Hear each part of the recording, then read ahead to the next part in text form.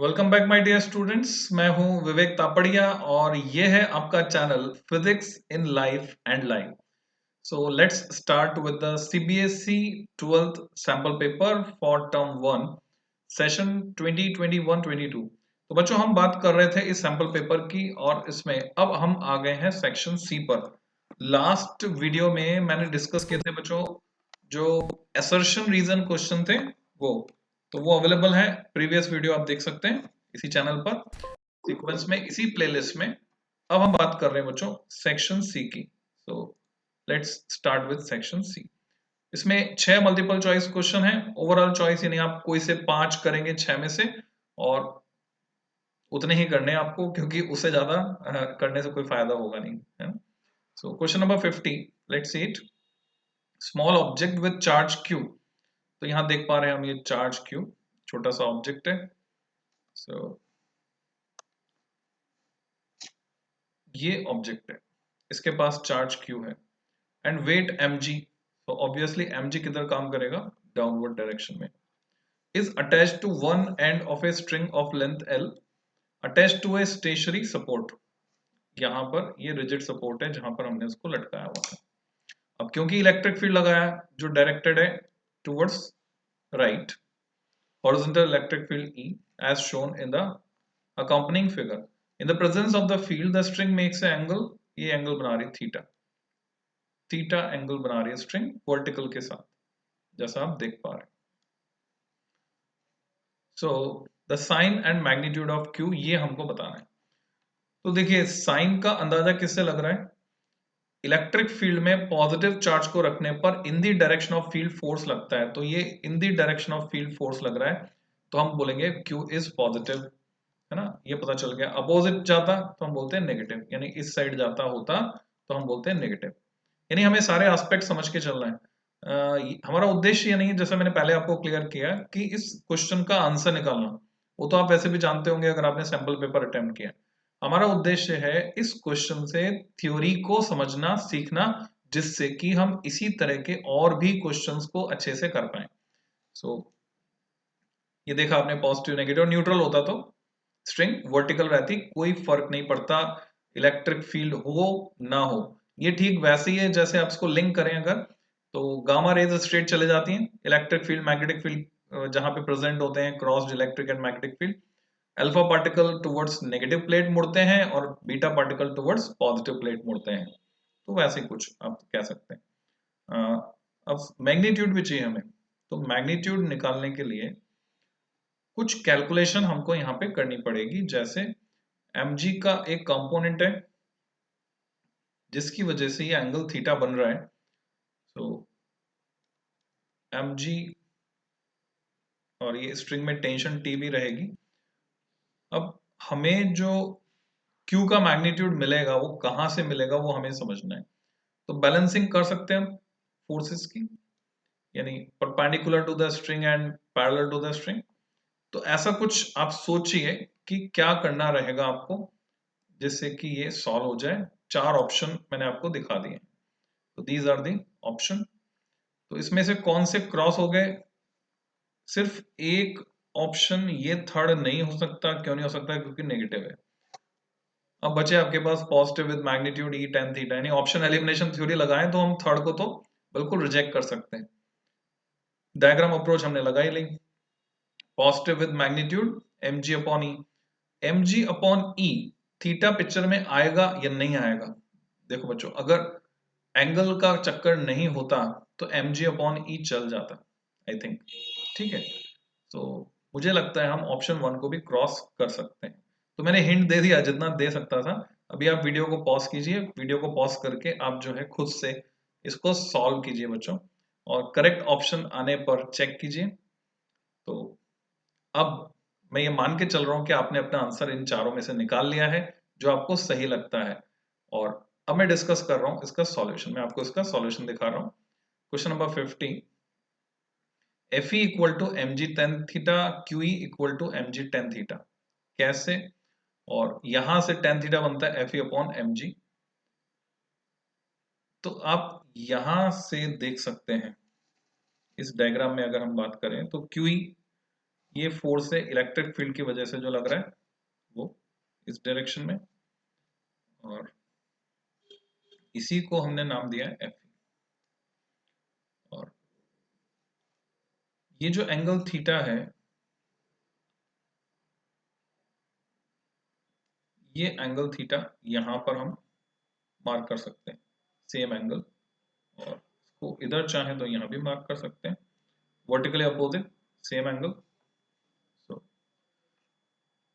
Correct answer बनता है answer number 2। कैसे? हम चाहे तो यहां भी लिख सकते हैं, फोर्स को ट्रांसफर कर सकते हैं mg fe, and this is the resultant force. So calculate क्या करना था, वापस चलते हैं क्वेश्चन पे। आपको कैलकुलेट करना था sign and magnitude of Q. तो साइन तो हमें पता चल गया पॉजिटिव, अब क्यू का मैग्नीट्यूड हमको निकालना है, तो वो कहां से निकलेगा? गिवन डेटा क्या क्या है, क्यू का मैग्नीट्यूड आपको निकालना है in terms of given data. तो गिवन डेटा है आपके पास थीटा, आपके पास mg है, आपके पास E है। तो Q का मैग्नीट्यूड इन तीन क्वांटिटीज, mg को मैं कंबाइंड ले रहा हूं, इन तीन क्वांटिटीज की टर्म्स में आपको निकालना था। तो उसके लिए आपने क्या किया, आपने यहां पर फोर्सेस को बैलेंस, हम बैलेंस कर सकते हैं। हम कैसे बैलेंस होगा वो समझ लीजिए। mg का कंपोनेंट और QE का कंपोनेंट वो मैं ले सकता हूं perpendicular to the string, along the string, ऐसा कर सकते हैं। तो हम क्या करते हैं, ये थीटा है तो QE का कंपोनेंट मैं ले लेता हूं, जिस जो इस डायरेक्शन में रहेगा,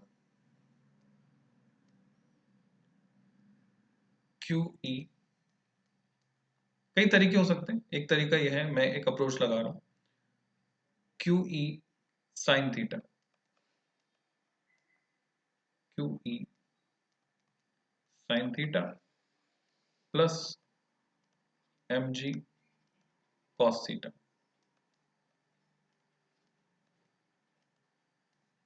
ये मैं इसलिए लिख के बता रहा हूं कि टेंशन भी पूछ सकते हैं आपसे स्ट्रिंग में, तो स्ट्रिंग में टेंशन T इतनी होगी, tension will be balance by this force.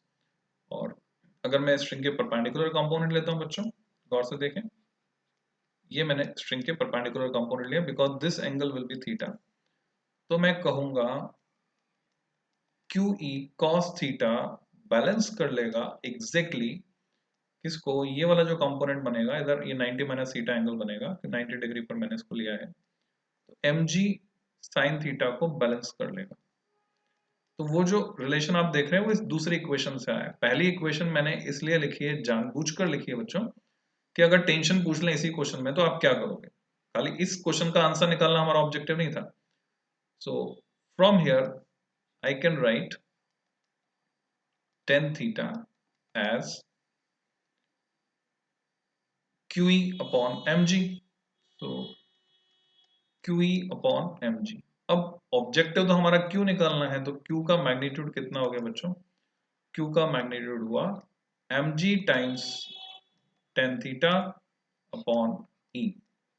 तो अब आंसर हम चेक कर लेते हैं, mg tan theta upon E कौन सा ऑप्शन हमें मिल रहा है,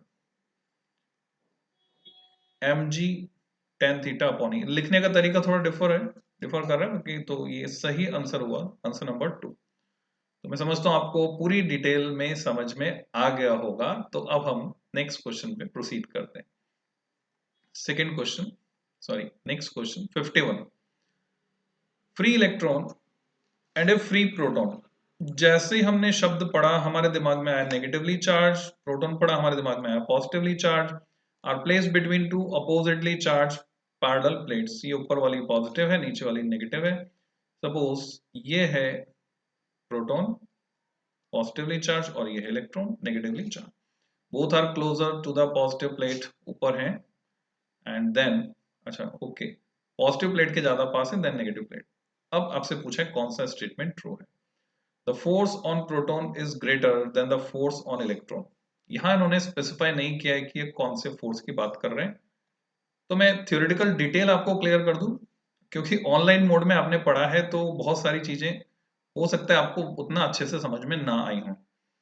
बच्चों जब भी हम बात करते हैं Fe और Fg, Fe यानी इलेक्ट्रोस्टैटिक फोर्स या इलेक्ट्रिक फोर्स या इलेक्ट्रोमैग्नेटिक फोर्स, Fg यानी ग्रेविटेशनल फोर्स।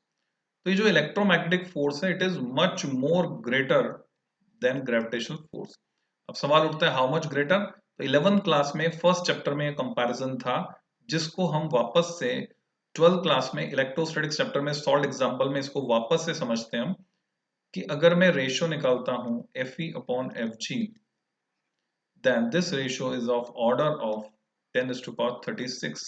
और इसका कंक्लूजन क्या हुआ, ये दो प्रोटॉन के लिए बात करते हैं हम। तो इसका कंक्लूजन, इसकी एप्लीकेशन क्या हुई कि जहां कहीं भी ग्रेविटेशनल फोर्स और इलेक्ट्रिक फोर्स दोनों एक साथ एग्जिस्टेंस में आए, अस्तित्व में आए, वहां हम ग्रेविटेशनल फोर्स को हमेशा नेग्लेक्ट कर देंगे in comparison to electric force.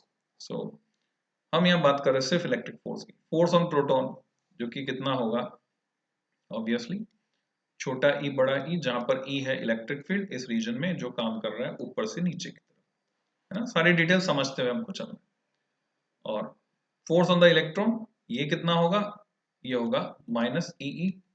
Electron पर लगने वाला फोर्स ऊपर की तरफ होगा, प्रोटॉन पर लगने वाला फोर्स नीचे की तरफ होगा, बस इतना सा अंतर होगा। मैग्नीट्यूड दोनों का सेम है बच्चों, तो ग्रेटर कहना गलत हो गया। The potential energy of the proton is greater than that of electron। अब पोटेंशियल एनर्जी की बात करें तो पोटेंशियल एनर्जी का कौन सा फॉर्मूला लगेगा, पोटेंशियल एनर्जी होती है U equal to Q V and V is the potential difference. So positive charge का एक्यूमुलेशन ऊपर की प्लेट पर है, नेगेटिव चार्ज का एक्यूमुलेशन नीचे की प्लेट पर है, तो एक पोटेंशियल डिफरेंस यहाँ सेट हो गया है V, जिसको मैं किसके बराबर लिख सकता हूँ, अगर electric field uniform electric field E मान लें हम और इन दोनों प्लेट्स के बीच की डिस्टेंस d है, तो आप यूनिट जानते हैं V को वोल्ट में नापते हैं, E को वोल्ट पर मीटर में। तो मुझे क्या करना होगा, वोल्ट पर मीटर को मीटर से मल्टीप्लाई करना होगा। सो E इंटू डी के बराबर पोटेंशियल है यहाँ पर, ये हमें पता है। तो अब U की बात करें तो फॉर्मूला जो यहाँ काम आ रहा है, क्योंकि इलेक्ट्रिक फील्ड E दिया, हमें पोटेंशियल तो दिया नहीं है, डिस्टेंस भी नहीं दी है, फिर भी मैं डिस्टेंस को मान लेता हूँ d जो दोनों के लिए सेम है, इंटू डी मैं यहाँ पे लिख सकता हूँ। इलेक्ट्रिक फील्ड भी दोनों के लिए सेम है और चार्ज भी दोनों के लिए सेम है, यानी potential energy of proton greater नहीं हो सकती है, दोनों की पोटेंशियल एनर्जी भी सेम है बच्चों। क्योंकि यहाँ पे फिर से हम ग्रेविटेशनल पोटेंशियल एनर्जी को कंसिडर नहीं कर रहे, नहीं तो mgh के हिसाब से देखा जाए तो प्रोटॉन भारी है और इलेक्ट्रॉन हल्का है, पर वो निग्लिजिबल बनेगी। Okay, third option, potential energy of the proton and electron is the same, ये बात तो सही है। तो अभी हमें क्या पता चला, कंक्लूजन क्या निकला,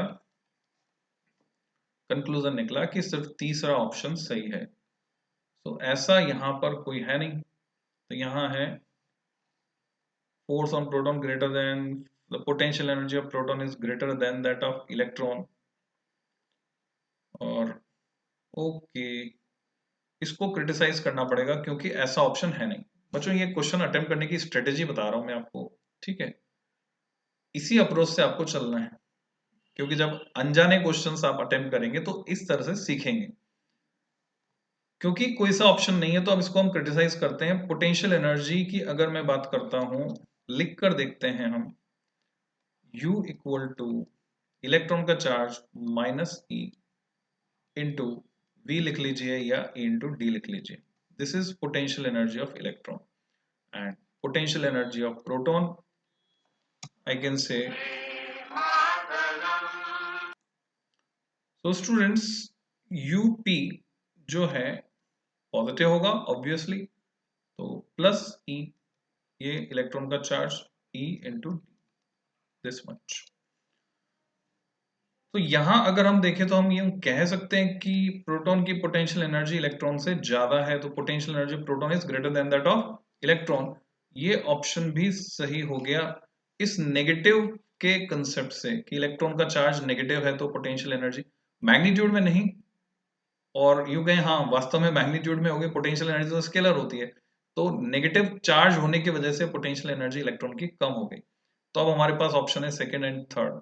so correct option is second and third, और वो भी हमको यहाँ पर नहीं दिख रहा है। So what to do, should we make correction? Let's see the solution first. So marking scheme में क्या है वहां चलते हैं। Correct answer is second, that is second only. Second only means Fp equal to Fe, F equal to Qe, E same, Q same. Now potential energy QVR, potential energy of proton is greater than potential energy of electron. So ये बोल रहे third सही नहीं है. वापस देखते हैं third क्या है, इसको क्रिटिसाइज करते हैं. पोटेंशियल एनर्जी, ओके, ऑब्वियस सी बात है. जब मैं कह रहा हूँ पोटेंशियल एनर्जी जो है प्रोटॉन की ज्यादा है इलेक्ट्रॉन से, तो ऑब्वियस सी बात है कि दोनों की सेम कैसे हो सकती है. ये तो हमने तब दिया था, तब माना था जब नेगेटिव नहीं माना था. So correct answer is. तो इस तरह की सिली मिस्टेक मैं बिल्कुल वैसे बिहेव किया है बच्चों इस क्वेश्चन को सॉल्व करते वक्त. हालांकि मैंने पहले सॉल्व किया हुआ था और मुझे पता है कि इसका आंसर क्या है, पर आपकी अप्रोच क्या होनी चाहिए, किस थिंकिंग प्रोसेस के साथ आप इस फाइनल रिजल्ट तक पहुंचेंगे, वो approximate thinking process most of the students के लिए. Exceptions are there. कुछ बच्चे हैं जो ब्रिलियंट हैं, वो समझ लेंगे, पर जो कंफ्यूज होंगे वो इस तरह से कंफ्यूज हो सकते हैं जैसे मैंने अभी दिखाया पूरा प्रोसेस आपको. So correct answer is second only. अब ये प्रैक्टिस आपकी जरूरी है. जितनी भी गलतियां जैसे मैंने की अभी यहाँ पर, मेरी तरह आप यहाँ कर सकते हैं. इसीलिए पेपर अटेम्प्ट करने को बोला है. 9 के 9 पेपर अटेम्प्ट करने आपको. मैं कोशिश करूंगा सारे के सारे लाइन से इसमें डाल दूं. तो इसीलिए पेपर अटेम्प्ट करने को बोला है. जितनी भी गलतियां कर सकते हैं इन 9 पेपर्स में, इंक्लूडिंग सैंपल पेपर 10 हो गए, इन 10 पेपर में आप कर लीजिए. एग्जाम में उन सबसे हमको बचना है. So let's move to next question. It is based on case study. Read the following paragraph and answer the question. यहाँ हमें दिखाई दे रहा है स्टेप अप ट्रांसफॉर्मर है पावर स्टेशन से. सप्लाई हमने भेजी स्टेप अप ट्रांसफॉर्मर को, उसने स्टेप अप किया. ट्रांसमिशन लाइन के थ्रू वो ग्रिड स्टेशन तक आई जो कि सिटी में है. स्टेप डाउन ट्रांसफॉर्मर ने उसको स्टेप डाउन करके सिटी सब स्टेशन को भेजा. एक्चुअल में होता ही है बच्चों, यहाँ जो है काफी ज्यादा, यहाँ पावर स्टेशन पे जनरेशन जो होता है वो होता है 440 या 660 वोल्ट पे. दिस इज अप्रोक्सीमेट डेटा, बाकी जो इसमें दिया होगा वो हम रेफर करेंगे. सो इस पर जनरेशन होता है और यहाँ स्टेप अप ट्रांसफॉर्मर उसको 22K और 32K and even 44K 33K, actual में 11 के टेबल में चलता है, 44K वोल्ट में उसको स्टेप अप करता है. फिर यहाँ वाला ट्रांसफॉर्मर सिटी सब स्टेशन तक भेजने के लिए उसको रिस्पेक्टिवली 11K या 22K या 33K इसमें स्टेप डाउन करता है. और सिटी सब स्टेशन से फिर आपके गली मोहल्ले तक वाला जो ट्रांसफॉर्मर है वहां तक ये जाएगा और उसके बाद ये आपके घर में आएगा फर्दर स्टेप डाउन होकर 220 वोल्ट में. ये पूरा सिस्टम चलता है. सो कई बार बच्चों आपको ये पैराग्राफ भी पढ़ने की जरूरत नहीं रहेगी, आप डायरेक्ट क्वेश्चन अटेम्प्ट कर सकते हैं. तो पहले हम ट्राई कर लेते हैं बिना पैराग्राफ पढ़े. Time, it will be time saving. पहला question, which of the following statement is true? Energy is created when a transformer step up the voltage. तो बच्चों law of conservation of energy का violation कहीं भी नहीं देखा गया है दुनिया भर में.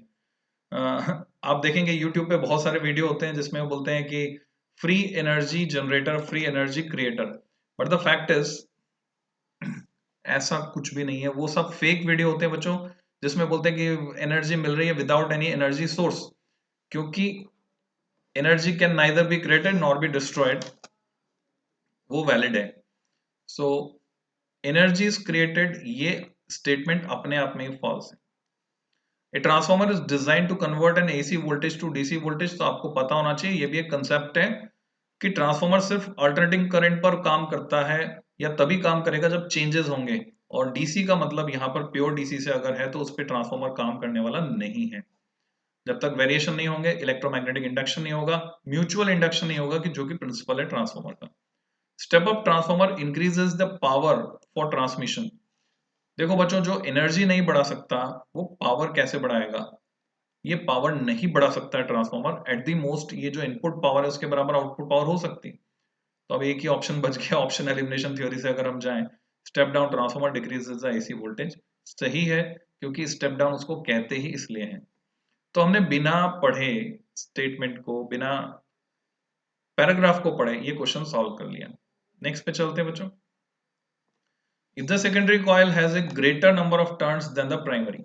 ठीक है, तो आपको साफ साफ कहा गया है NS greater than NP. and formula you should know, Vs upon Vp equal to Ns upon Np, और अगर ट्रांसफॉर्मर 100% एफिशिएंट है, लॉसेस नहीं है, तो हम कहते हैं Ip अपॉन Is, और साथ साथ में लिखना चाहे तो इक्वल टू हम ट्रांसफॉर्मेशन रेशियो K के बराबर उसको लिखते हैं।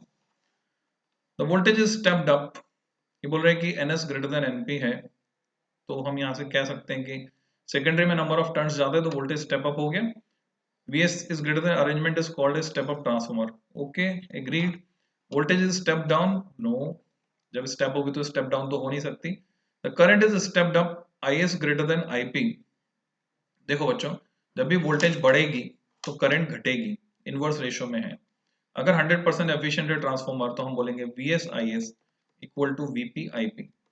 तो जब हम कह रहे हैं कि Vs is greater than Vp, तो obviously Is will be less than Ip, तो ये गलत हो गया। The current is step down, Is less than Ip, Is less than, and arrangement is called step down. Actual में transformer step up है तो step down हमको नहीं, उसको नहीं कह सकते, तो ये चीज गलत हुई इसमें, ये तो सही है। तो आप समझ गए होंगे, the correct option is first. Next 54, we need to step up the voltage for power transmission so that, हमें वोल्टेज बढ़ाने की जरूरत क्यों होती है? देखो बच्चों, जब वायर लाइन के थ्रू पावर ट्रांसमिट हो रही है तो पावर के लिए, पावर लॉस कैलकुलेट करने के लिए हमारे पास दो फॉर्मूले हो सकते हैं, I square R and V square by R. क्योंकि वोल्टेज लाइन का कुछ रेजिस्टेंस है, वायर लाइन का कुछ रेजिस्टेंस है, तो उसके अक्रॉस पोटेंशियल लगातार चेंज हो रहा है, इसलिए ये फॉर्मूले से हम कैलकुलेट ना करके करंट थ्रू आउट सेम रहती है तो I स्क्वायर आर से कैलकुलेट करते हैं लॉस को। अब हमारा ऑब्जेक्टिव ये हो जाता है कि करंट को हम कम करें जिससे कि लॉस कम हो। अब करंट कैसे कम होगी? P कांस्टेंट है, P इक्वल टू VI होता है। करंट कम करनी है आपको तो ऑब्वियसली आपको वोल्टेज को बढ़ाना पड़ेगा, वोल्टेज बढ़ाकर ही आप करंट कम कर सकते हैं। The current is reduced and consequently the I square R loss is cut down. So I agree with this. The voltage is increased, the power losses are also increased. No, power losses are decreased. The power is increased before transmission is done. No, power cannot be increased because energy conservation law वहां पे लग रहा है बच्चों। The voltage is decreased, decrease तो करते ही नहीं है, तो ये फैक्ट ही गलत हो गया। So first answer. And now the last question. Power transmission line feeds input power at 2300 volt to a step down transformer with its primary windings having 4000 turns. So NP we have 4000 and VP primary voltage 2300 volt. The number of turns in the secondary वो कितने हों, NS, you have to calculate that. In order to get output power at 230 volt, this is Vs. So Vs we have 230. Clear cut अगर देखें, वैसे तो फॉर्मूले में रखकर कैलकुलेट कर सकते हैं आप, वैसे यहीं से दिख रहा है। क्या किया हमने, 1/10 कर दिया, 2300 से 230 पर आ गए, 1/10 कर दिया। तो नंबर ऑफ टर्न्स भी 1/10 करने पड़ेंगे, डायरेक्ट आप 400 को टिक कर सकते हैं। ठीक है, so this is all about this paper. Solution हम एक बार देख लेते हैं, मार्किंग स्कीम में क्या दिया है। Fourth, step down transformer decreases the AC voltage, okay है। Correct answer is first, okay है। Correct answer is first, okay है। Correct answer is third, here is the calculation. So बच्चों, all the best for your exam. अब मैं start करूंगा केंद्रीय विद्यालय संगठन ने जो पेपर अपलोड किए अपनी वेबसाइट पर, उनके सॉल्यूशन डिस्कस करूंगा मैं, और मैं इसके लिए बहुत ही थैंकफुल हूं उन सभी टीचर्स का जिन्होंने मेहनत करके वो पेपर आप लोगों के लिए बनाए हैं। तो बोर्ड में सभी अच्छे नंबर लाएं, इन्हीं शुभकामनाओं के साथ, और ट्यून्ड रहें। आपके एग्जाम से पहले पहले मेरी कोशिश होगी कि मैं वो पूरे 9 पेपर यहाँ पर डिस्कस कर दूं आपके लिए। So happy learning.